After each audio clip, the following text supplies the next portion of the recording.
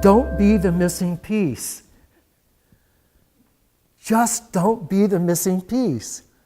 We have the period from when we're born to when we die. We have that period of time. Pretty brief period of time. But we can't waste any of it. We can't afford to waste 1 minute of it. We need to be experiencing the most that we can experience of life. Sorrow. Yes, sorrow. Drink it in. Drink in your sorrow. Don't hide from it. Don't resist it. It's part of the river. Drink it in. Let it flood you and fill you. And give you grace and give you wisdom and give you depth. And let it push your boundaries out and open your heart and make you bigger and more empathetic, more sympathetic and more real than you've been before. Drink your sorrow and your joy. Let your joy come on inside of you like 1,000 angels singing. And let it shine out through your voice, in your eyes, in every part of you. Be totally alive. And that's how we can help the people in Haiti. And that's how we can help other people in other parts of the world. And that's how we can eventually bring about the garden. And don't let anyone tell you. Don't let anyone quote any silly scriptural things that tell you there are wars and there will always be wars and there are awful people and there will always be awful people and there will be prisons and killers and rapings and pillaging. Don't listen to that nonsense. That's not your nature. It's not the nature of the people in Afghanistan or the millions of Muslims that live around. It's not their nature. It's not the nature of the people in Palestine. It's not the nature of the people in Israel. It's not the nature of the people in China or Russia or any... We're all the same. I travel all over the world. I teach all over the world. And I tell you, people are just people. They all have golden, beautiful hearts. They all have little children living inside of them. They all just want to love and be loved. They all just want to play. They all just want to have their family and be healthy and be able to live full, rich lives. There's no difference anywhere you go. There are no such thing as bad people. There are frightened people who do bad things out of their fear. There are hungry people, starving people who do bad things out of their hunger and out of their starvation. There are desperate people who do desperate things out of their desperation. But there aren't any bad people out there. Oh, there's a little tiny group of sick people, sociopaths, but they have we're not even talking about that. So our job is to keep the vision all the time, the vision of our whole human family being a tree of blossoms and flowers and healthy leaves with birds singing and sunshine and rains and rainbows. We have to keep that vision. We have to believe in that vision. We have to live our individual lives as a dedication toward that vision. And I know no other way to start that path than through meditation.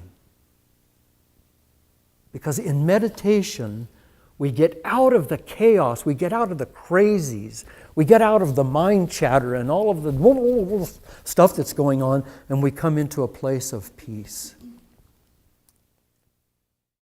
Over time, I began to do more and more and more and more meditations until I finally discovered, and I won't teach you this today, but I'm going to tell you about it. I finally discovered a thing called the higher mind, which is the 8th chakra, which is the most incredible meditation.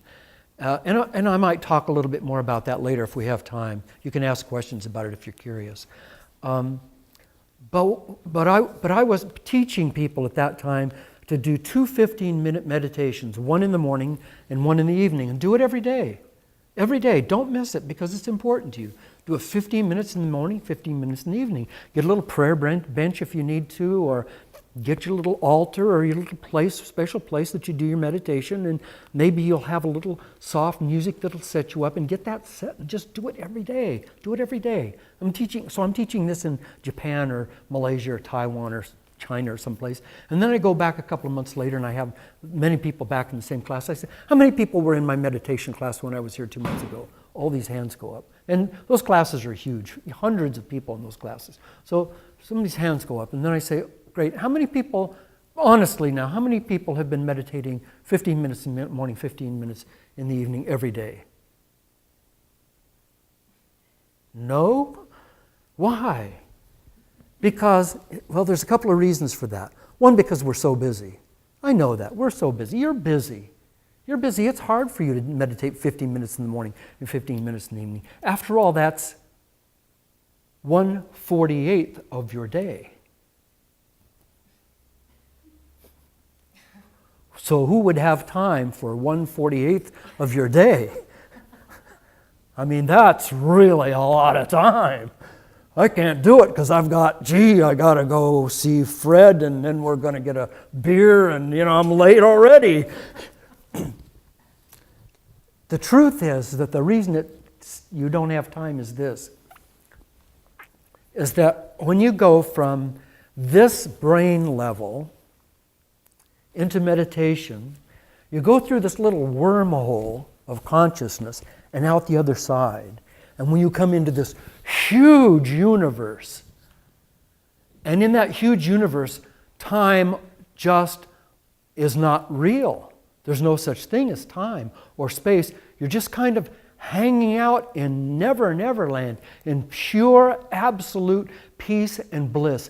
And you're just floating there. And after 15 minutes, you come back through the wormhole, and your sense is that you've had this huge experience in a huge expanse of your life. It's only 15 minutes. But the next time you get ready to go, you're going, whew, I don't know if I have time for that. Because what you're remembering is how big a deal it was. But you still have to make time for it. Because now, those of you who can hear this. Because after a while, and please believe me, this is absolute truth. After a while, that great, huge expansiveness, that time doesn't exist, begins to leak across into your everyday life. You know how every year that goes by, it seems like it was shorter than the year before? And then the next year is shorter than the year before that? And pretty soon you just get your Christmas stuff put away and it's time to go buy a tree. You know how that works? Oh, it's my birthday again. I thought it was last week. We still got cake in the refrigerator. It's like flipping. It's like if you were going to read the pages of your life and you're, oh, here's page 1. Wow, okay. Whoa, looky, a tricycle. Oh, wow. Page 2. And then you get to page 30. 30, 40, 50, 80. But what happens when you meditate regularly is that game stops because your conscious focus is somewhere else. Your conscious focus is on the eternity that we live in. Because we were never born and we will never die. I mean, death is the giantest lie. You can't die. How can you die? Every scientist knows that anything that's in creation is permanently in creation. You can transform energy. Any physicist will tell you this. You can transform energy, but you can't destroy it. You are eternal. You have been around forever in one form or another. When you leave this dimension, you'll go into the next dimension, which will be an expanded dimension. Just like when you were in your mother's womb for 9 months, that was your whole reality. You're going, well, it was only 9 months. Tell that to somebody who's in that little position for 9 months, that that's only 9 months. Try it out. That's a long time. That's a lifetime. And when you came out of there, you're going, whoa, take a look at this. Huge space, horizons, people, colors. Oh my gosh. Guess what? The next step is even that much bigger. And that's the way it goes. And you will go on forever. You will live forever. And when you go into meditation regularly, that expansiveness, that enormity of reality begins to bleed into everyday life, and your life slows down.